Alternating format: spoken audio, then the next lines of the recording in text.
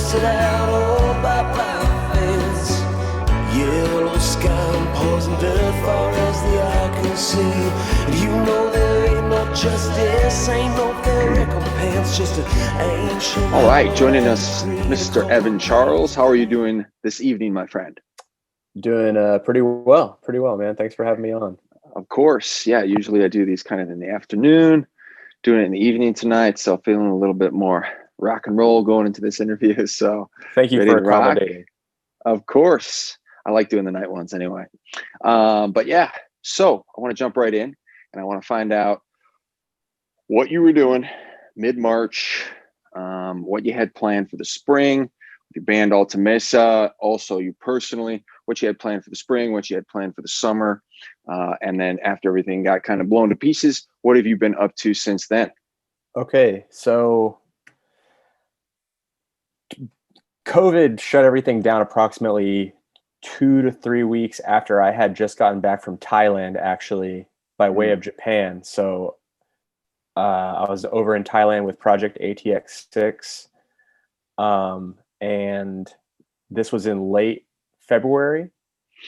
And so we kind of had the feeling that we were getting in pretty much right under the wire. I think we all had a feeling that it was maybe about to blow up into something huge. But at the time, there had been one confirmed case in Thailand, one confirmed case in Japan, and about 30 confirmed cases in China.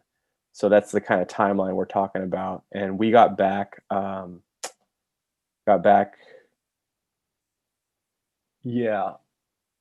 forget the date. It was sometime in February. I think it was late February, like I said. And not 2 weeks after that was when the South by cancellation came down. And, as a part of ATX6, we were going to be official for the first time in my life as a native Austinite. I was pretty stoked. So that I know that's probably the same for a lot of people you've spoken to, having a South by cancellation.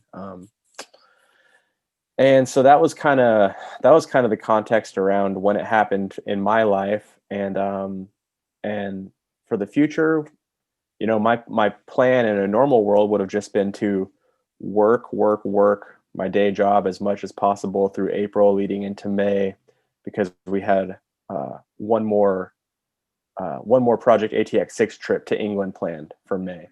Oh wow! Which got canceled, needless to say.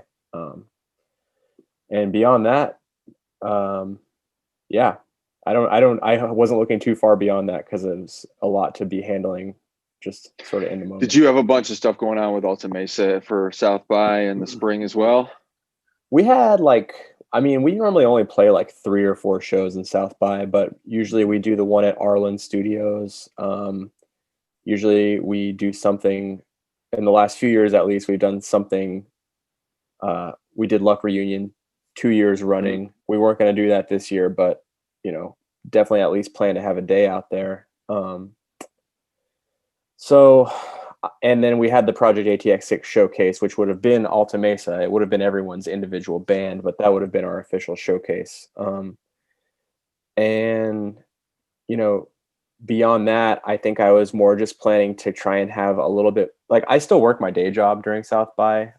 So with a handful of shows, working during the daytime, I was trying to have a little bit of open time to actually utilize my wristband and get into some stuff that I never had an opportunity to go to before. So I was planning to just kind of experience the week in a way I never had before. Mm-hmm. So that was that. You mentioned the Luck Reunion. Before I move on, I just wanted I didn't realize you guys had played that a couple years in a row. That must be a lot of fun. Have you met the family Willie? Have you met those guys? No, I want to say this close. I came actually probably about this close to meeting Willie one time.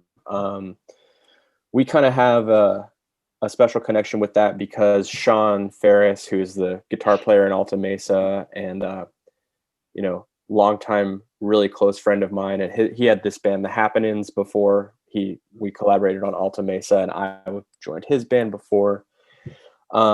He grew up with the family of Matt Beiser who is one of the co-founders of Luck.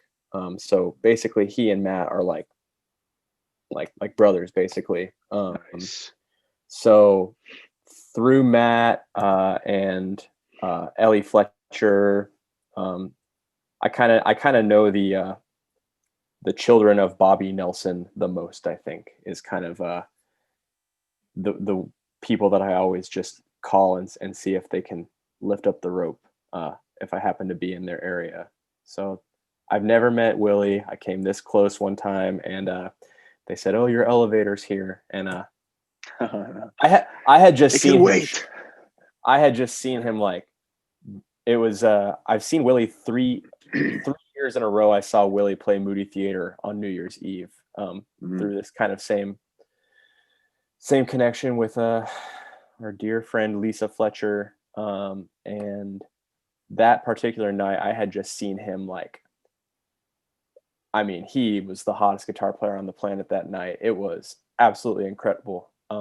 He was playing all the fast runs. He was playing all the sort of jerky off tempo licks, and he did kind of a blues back and forth with Billy Gibbons that night. And to be fair, it wasn't really fair for Billy Gibbons because he just, I think, probably got off the couch and they said, "All right, it's time to go." And Willie was already nice and warmed up and had been playing for an hour.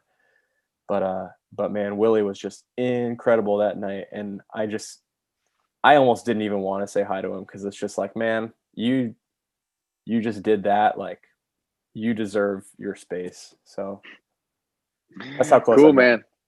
That's cool. So I heard you say you are a Austin native, and why don't you tell us? This is one of the most interesting parts of these for me, is hearing everyone's kind of backstory, specifically their music backstory, but also their personal backstory.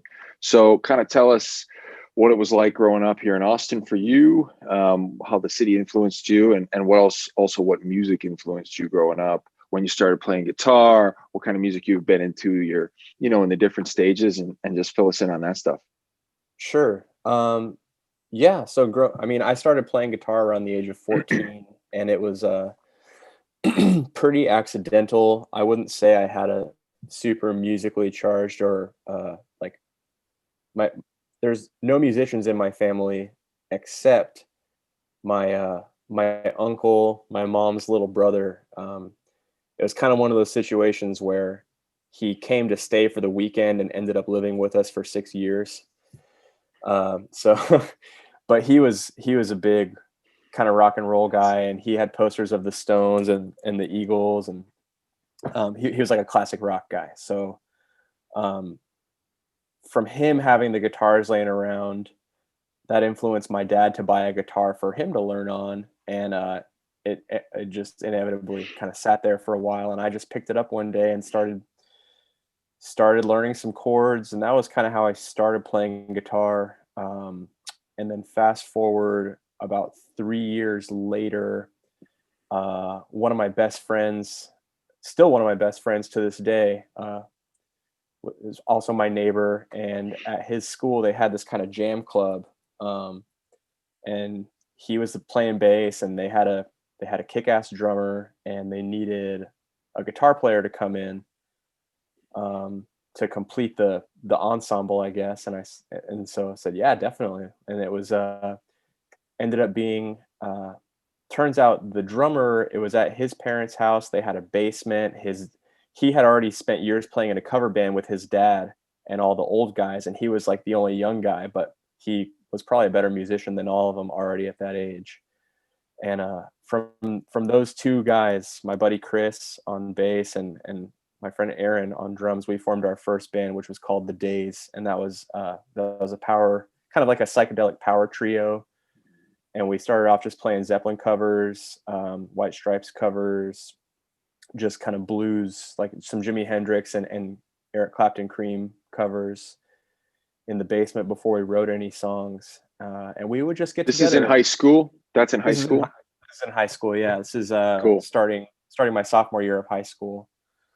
And yeah, we just got together every Sunday, just because it was a fun thing to do. So that we got together every Sunday, tried to learn a few song, learn a new song, get better at the ones we already knew, just kind of hang out, listen to music together. And that was kind of where we began to start getting a little bit chopsy. um I should mention Aaron could already play all the John Bonham beats at the age of 15. Wow. So he was like a major prodigy already. And in retrospect, I didn't realize how good I had it playing with a rhythm section, and especially a drummer that was so precocious, so far ahead of his age. And I was lucky to try and get to catch up. And when you're, as you probably know, because you play in a trio format too, right? Mhm. Yeah, Yep. as you know, the drummer can having a drummer who can be really active and also really in the pocket can cover up so much of what you're doing as a guitar Yeah. player.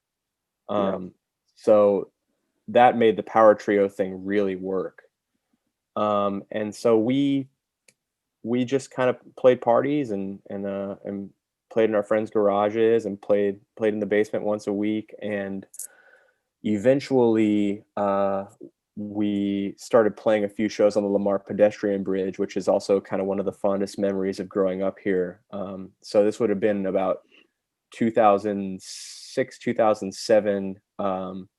We kind of befriended this band called the Steps, who will kind of loom larger in the longer story. And if I'm being too long-winded, by the way, man, please tell me. Bring it, buddy. I don't want the story. So Cool. you're good. So we at the Tony Berger Farmers Center, or Tony Berger Center Farmers Market, one day we got booked to play underneath this tent. Just a kind of funny thing where some people at the farmers market can come see some kids play rock and roll, I guess is the idea. I don't know why anyone would do that, but there we were nonetheless. And there was another band about our age, which ended up being called the Steps. And fast forward years later, and those guys ended up being some really close friends of ours. But at that time, we kind of just finally, we kind of sniffed each other out for the first time, like, oh, who are these guys? Who are these guys? And they were playing, because we were all teenagers, we couldn't really play like proper bars. So what we would do instead is we would take all of our equipment out to the Lamar pedestrian bridge at Lamar and Riverside, and set up our drums, set up our amps, and just play shows on Saturday nights every so often. It wasn't like we didn't do it all the time, but it was kind of a special thing. We'd build it up every few months, and eventually they cut the power off after that, and we started renting generators instead. And that was just a cool way for all of our friends to kind of come, basically like spike their drinks and come see a show, over Lake Austin. Nice. That's a good setup.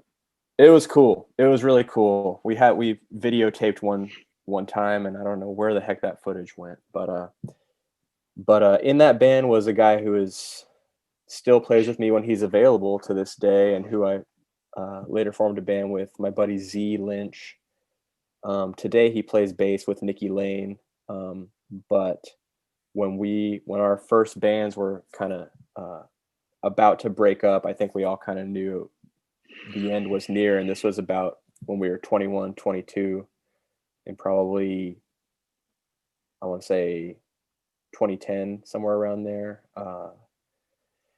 It was kind of like two guys from my band and him from his band, and then we met this guitar player who moved here from New York City and just caught one of our shows and basically wouldn't leave us alone till we invited him to be in our band. So we formed another band called the Sweet Nothing, and that was more of a I was reading Lou Reed's biography at that time, so I took the name the Sweet Nothing, like oh Sweet Nothing, that last track on Loaded. And that was more of a sort of, but whereas the first band was sort of a psychedelic blues trio, this was more of a sort of country tinged garage rock and roll band, super heavy on Neil Young, crossed with Stones, crossed with Velvets type of concept. Still very riff heavy, but also just kind of plow ahead type of beats instead of complex syncopated type of stuff, which I was really thirsty for. Because as much as I enjoy playing in the power trio, there are certain things you can only do with two guitars. And I had stretched out my limits, I think, or at least the limits of my talent in trying to construct guitar loops. We had a few songs where we had guitar loops, and I try and get multiple guitar parts going at one time. And,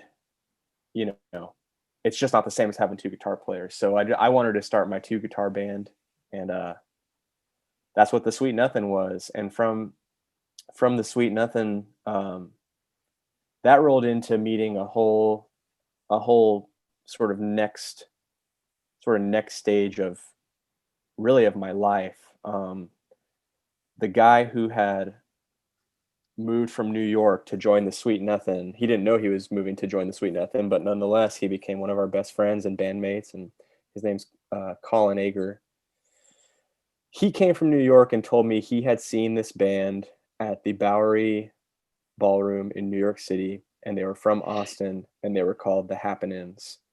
And I had never heard of this band, but he gave me the lowdown on all of them. Well, three of them were part of Hayes Carl's touring band for a few tours,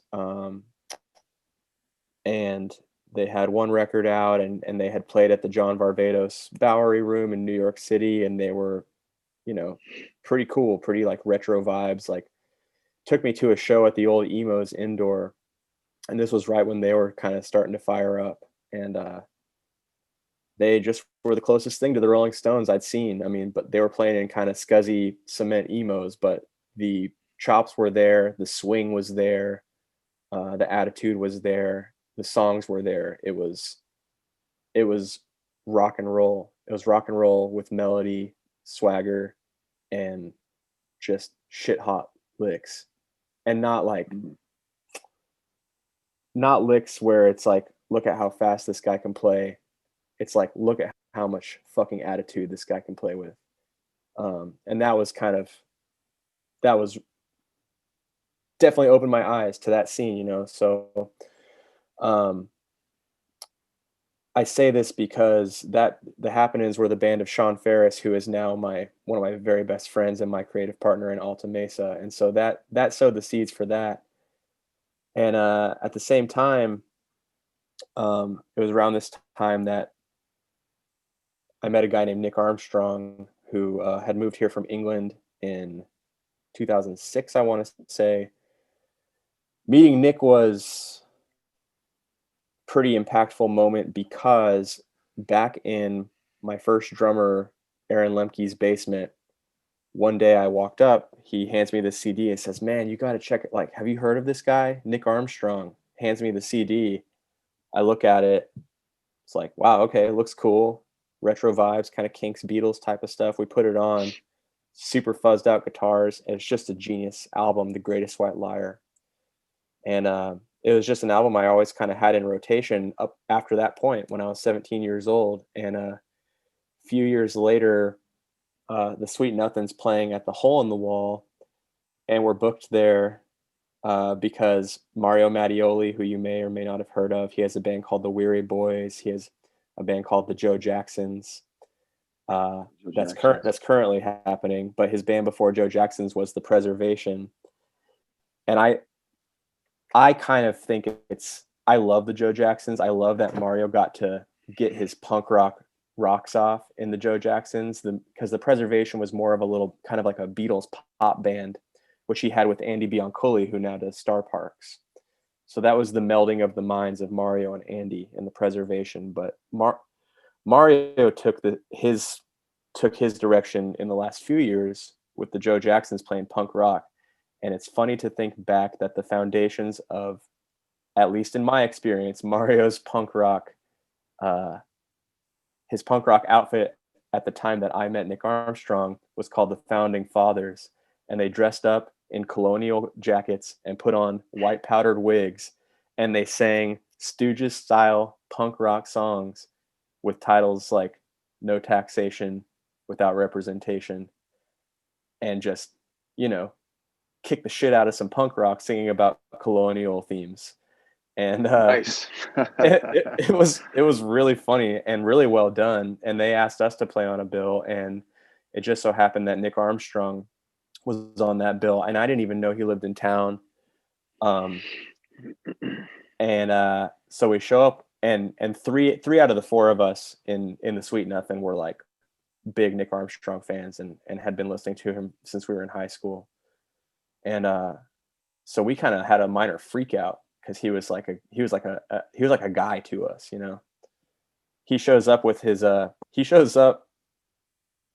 I'm not mistaken, wheeling his kick drum for a solo set in a wheelbarrow across the street.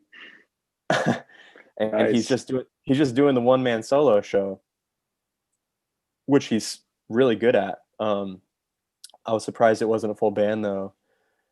So we played our set too, and the next day we got an email from him saying, "Hey, you lads, fancy being my backing band," I believe is how it was worded. And so we ended up doing that, and so that launched into a 5-year period of my life where I was Nick's guitar player, and had probably the most touring experience I've had was playing in Nick's band, all super scrappy DIY as we all probably do.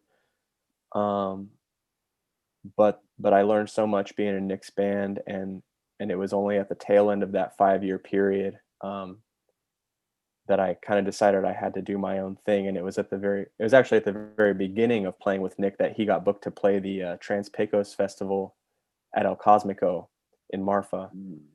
And so that was my first time out to West Texas. And granted, when you play that festival as an artist, you get the boutique treatment, which is not really how West Texas is, of course, but you do get a lot of free vodka. And you're able to just kind of bike and walk wherever you want. So you can basically just kind of be flying high for an entire weekend. And it's just a great time. But that was the first time I had ever been exposed to any of that landscape. And it was very shortly after I returned from that trip with Nick that I wrote a song called The Long Ride Home, which is the title track to the first Alta Mesa album. And really kind of started me on the path that eventually led to me quitting Nick's band, and kind of forming my own project and recording that album, and doing the project that you know to this day. Cool, man. Who were your biggest influences, musically growing up? Singers and guitar players and bands. Who were the ones that you got the most out of? I was obsessed with the Beatles. I feel like I'm going to give really kind of standard answers to this question, but I was obsessed with the Beatles. Every record, the entire anthology series, read the anthology book from back to back, watched all the DVDs. I mean, in the days, we loved the Beatles because we thought that they were just the most trailblazing and innovative songwriters and arrangers for that period.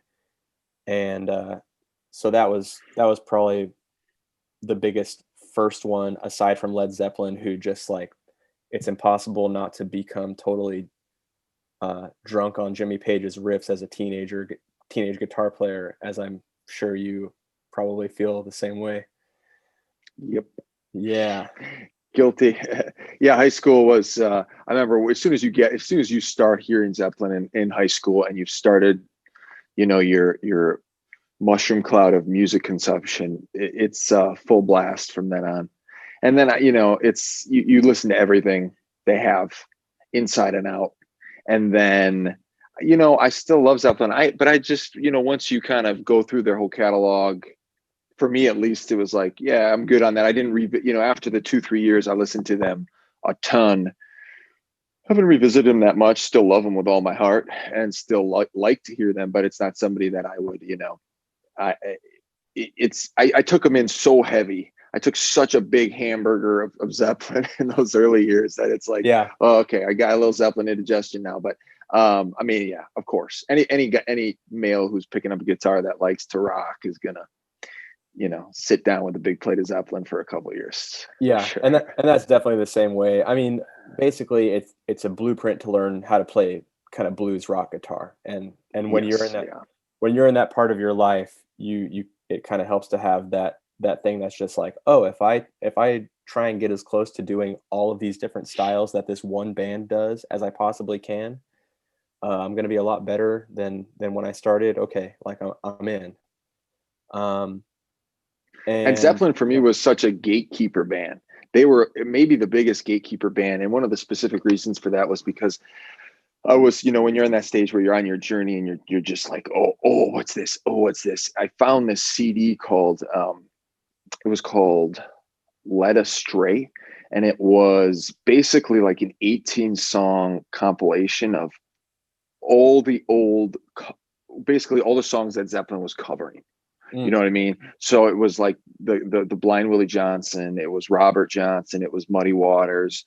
There was the Joan Baez song on there. The Irish, the Irish stuff they do, the Irish influences were on there, the uh-huh. guitar stuff on there. And so that opened like 5 different doors for me that were huge. So that was the other thing about Zeppelin, was it wasn't just that heavy rock. It was also this gate into this world of roots music that was so fruitful, so Totally, fruitful. totally. And Yeah. I mean, to me, that's that's the great part about getting into bands of that era.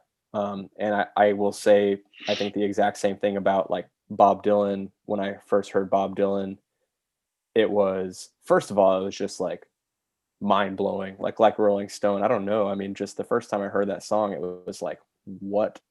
I mean, it just was so, it just gripped me. It just gripped me and just like pulled me in and never let go to this day. But it's the same thing with Dylan, where there's such a constellation of influences with so many of those artists of that era that is a link back to the sort of, at least the recorded beginning of it all, Yeah. which is all those old bluegrass, and folk, whether it's the Carter family, or Jimmy Rogers type of stuff, or as you said, like the stuff that even goes back to Ireland, or it's the blues Right. players, and that I think that just as important as the catalogs of the artists that you first learn about, the ones that get all the publicity from the 60s, is the way that they can link you back to the root of the core essence of what made them who they were. And that's, um, you know, it's always important to remember to stay connected to the source, I think. Yeah. I went through, I think, 3 different Dylan stages. I think I was probably in 5th or 6th grade when I was probably hearing his greatest hits album, um, that I loved. And then I think like probably 4 years later, like right in the beginning of high school, another huge Dylan phase. And then end of high school, another huge Dylan phase. There's a lot there. There's a lot of good Dylan there. So he was easy to come back to. And I don't know if I got into Woody Guthrie through Dylan or if I just found Woody some other way. But obviously early Dylan's pretty much just a Woody ripoff. And Woody Guthrie to this day is probably my favorite lyricist of all time. So he was definitely, I probably found out about him through Dylan. I don't really remember, but yeah, that lineage back through him was huge as well, for sure. Yeah. And the journey for that, that was what was so fun. That was what was so fun for me when I was 15 years old, 16 years old, was it, uncovering Hendrix, Zeppelin, Floyd. I also was really into Metallica and blues, but the classic rock go-tos, the Creams, the Claptons, and then immediately being shot down a cannon of time backwards. It was so fun. The journey of finding all this music. That's when you still go to the store and look through CDs, and I would be in a CD store every week. And it was also during like Napster. So I also had this unprecedented advantage, never before seen, where you can look up And there were all these other offshoots of Napster that were like these bootleg sites that were there, and that was ridiculous too. I mean, it was just like LimeWire, anything. Kazaa. I think yes, LimeWire and Kazaa for sure. Kazaa, yeah, for sure. So, okay, so you gave us a great outline of pretty much the high school through Alta Mesa. Now, have you always lived in Austin? Yes. Yeah. Always in Austin. Do you love Austin? I do. It's home, so it's a different dynamic because it's where you come from. So your whole life is here. So you do love it. It's been good to you. Have you ever thought about going elsewhere, or you like where you are? You're here for the long haul. I've never seriously considered going elsewhere. But I think more and more recently, I think like there will come a point where it's time to go, and just see something different, experience something different. But the same thing that has prevented me from doing it up to this point is the same thing that will prevent me from doing it until that day comes, which is, it's not just that I was raised here. It's not just that my roots are here, but it's more so about the network and the community that, just by sheer virtue of the amount of time that I've been here, which is my whole life, there are things that I just think that there's a community and a network and things that I can pull off and figure my way out through in Austin that it would take a long time to build that somewhere else. So for example, it's like we have, you stay in Austin, you have connections to the radio stations here because, you've been kicking around for years. Or, like we have Black Fret here. That's a great thing to be a part of. We have, there's no such thing as Project ATX6 anywhere besides Austin. I never would have been able to go to Thailand or prospectively, have a trip. I never would have had a trip to England canceled if I wasn't in Austin. So, and beyond that, just like the producers and musicians in Austin, I have, here I have people's phone numbers, and here when our drummer is gone, I have 4 or 5 other phone numbers of guys who have already played the set. So it's that structure is extremely difficult, I think, to think about walking away from. If you already, like, for example, I remember I was talking to like Black Joe Lewis one day, and he was talking about when he moved to Canada, and it was like, well, and then he came back, but it was like he had his record out, he had his whole thing set up, So it's like, if you get to a point in your career where you're able to come to town for a specific purpose where you're going to make the money to justify it and pay everybody, that's a different conversation. But when you're still scrapping as a kind of DIY up and coming band, you manage yourself, you do everything yourself. It's the thought of going into another city, as much as a really exciting adventure as that would be. You lose all your contacts when you do that, or you have to find a way to come back or justify coming back. So I think that's the thing. That's the thing that kept me here for so long, is I just always felt like I always had sort of one foot in my current situation and one foot in the next situation, and it just kept on rolling. And I'm grateful for that, because I've always had something to do. I've always had a gig. I've always in some way, some manner, been able to continue to hone my craft, whether it was as a lead guitar player in some people's bands, or whether it was in 3 of my own different bands that had very distinct writing styles, and I've gotten to try a few different things creatively. But yeah, that's what's kept me here, is just the fact that things have kept rolling. Right on, man. Have you been able to, be creative over the last 7-8 months? Are you getting together with the band? Are you guys writing? What's going on there? So in May, we dropped a music video for just a new single we put out. Before the pandemic, we had some vinyl printed up of 2 new songs, just 7-inch vinyl, A and B side. And we had a show at the Scoot Inn ready to release that. And obviously that fell through. So we went ahead and eventually just put out the music video anyway. So we put those 2 new songs out, and I was actually only quarantined for 5 or 6 weeks before I went back to work as a coffee roaster. But in those 5 and 6 weeks, I spent many hours on GarageBand. Never took my mic setup down, and ended up getting to demo about 8 new songs with, actually paying attention to guitar overdubs and percussion and laying down vocal harmonies, and not just doing an iPhone demo, which is mostly what I've done. So got to demo a lot of new songs. And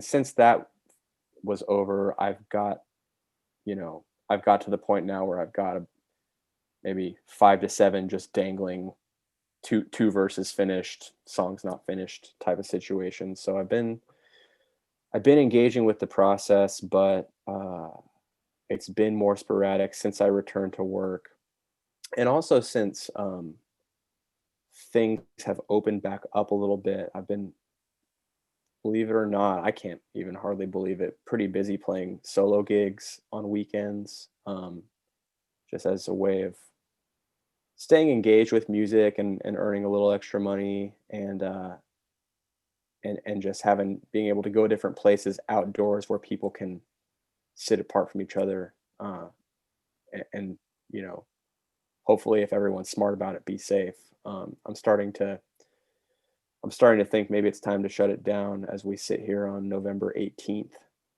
Maybe it's time to shut it down for the year. But leading up to this point, it's been pretty busy playing these solo gigs, and we've also been recording. We're kind of in the midst of recording 4 new tunes with our label, Mr. Pink Records, which is just a cassette label started by our longtime buddy in all of these scenes that I mentioned earlier, named Jonas Wilson. Incredible. I mean, first of all, like, incredible person, incredible multi-instrumentalist, great engineer. So he kind of called me a few months back and said, hey, if you want to come and record on some days that I don't have booked up, let's just start working on new stuff. You're on the label, so let's start working towards new content and really take the time to craft it and get it right. And that's been creatively such a breath of fresh air to just slow down. It's not, I mean, you can probably relate to the attitude of recording is expensive, save up money for a long time, and then go in there and try and bang them out. Yeah.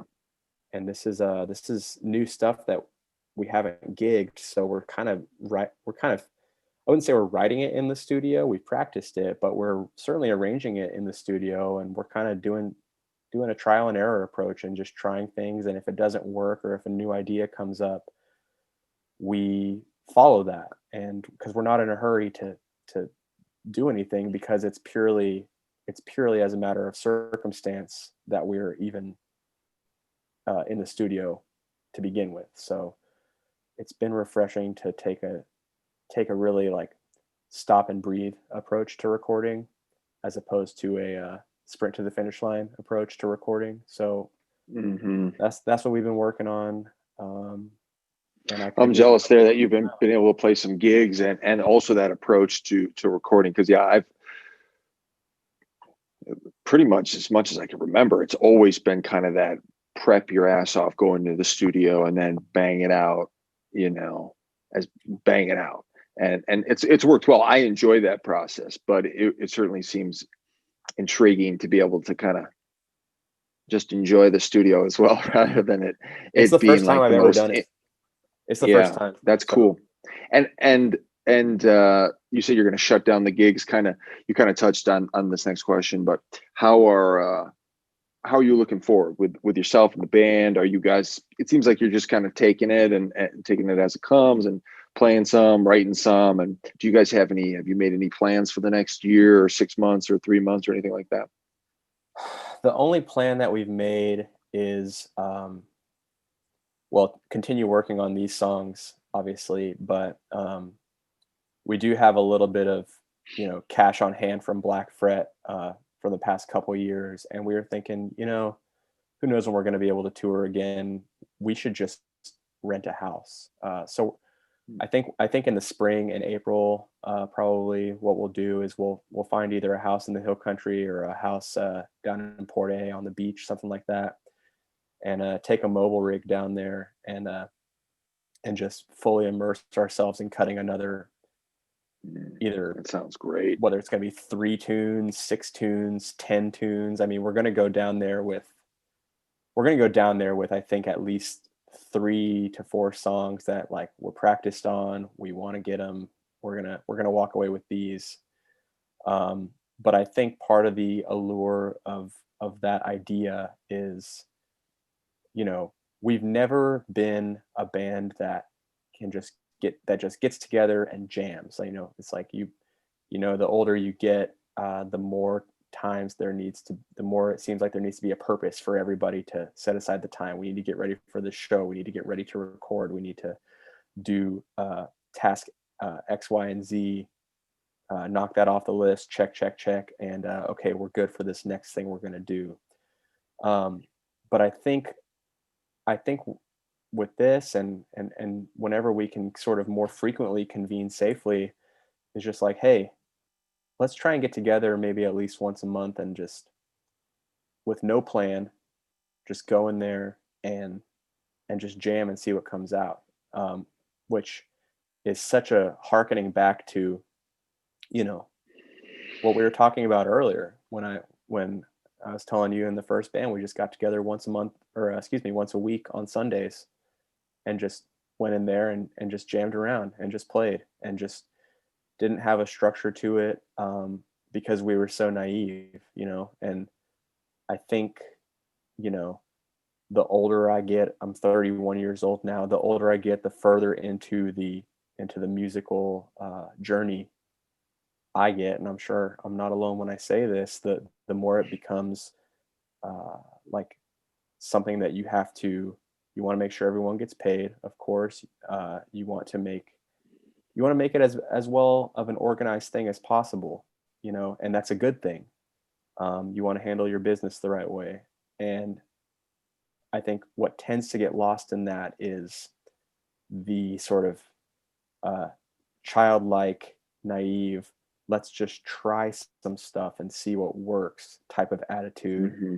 that really kind of started you in on it in the first place.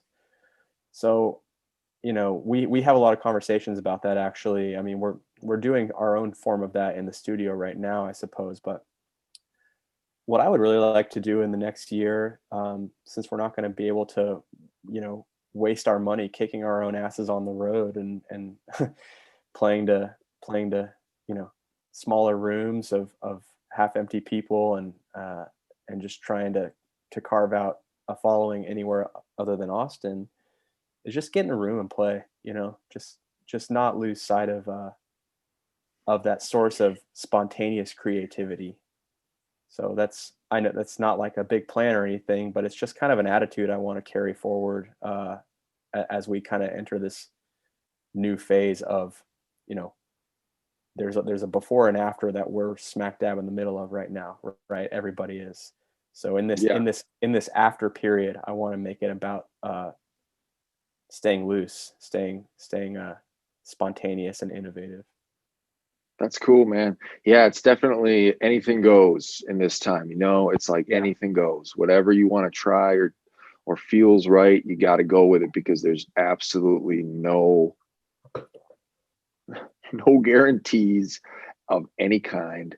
There's nothing, no one has any expectations or So I think that's really cool that you're getting back to basics, kind of being in the moment, enjoying the process of just being a musician and playing. That sounds sweet.